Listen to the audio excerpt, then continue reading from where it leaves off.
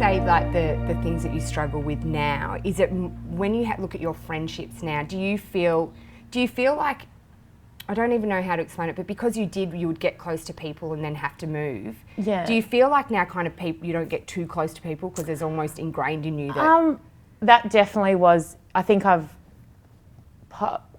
much better at it now, but that definitely was something, even with relationships and all that kind of thing. And I think always this fear of, not only, even though I was the one always doing the leaving, this fear of being left as well, which was I think something that was through my late teens and early 20s, which was always a big deal for me. And I always wondered, because I've got a great family and everything, and then I kind of thought, well, yeah, probably even friendships, because they're your strongest bonds outside of your family, aren't you, when you're younger, and particularly when you're going through things like puberty and all those changes that, only having friends for 6 months or a year, and then as you get older, friendship groups, particularly in high school, are so clicky forged and clicky and ingrained, and it's, when you really develop your sense of identity and your resilience and your, how you feel about yourself and your self-esteem, it's such a crucial period. So to kind of be so unsure about so many things, I think, it was difficult. Because I look at what is kind of my main things that I go to counselling every 2 days for about now.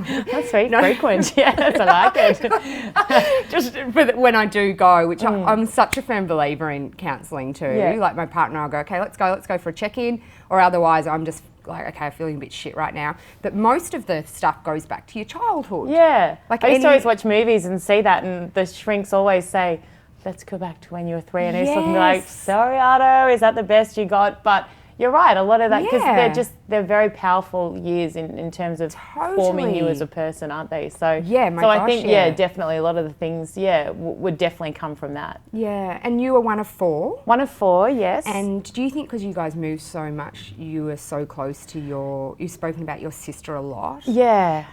Do you think that made you guys extra close as a family? I think definitely. I think moving a lot definitely did. My younger sister and I are only 12 months apart, and we were always incredibly close. So, and then my little brother is 6 years younger, so he was always the cute little one that came along, and we've always just loved and adored him. And then my older sister is 2 years older, but she went to boarding school.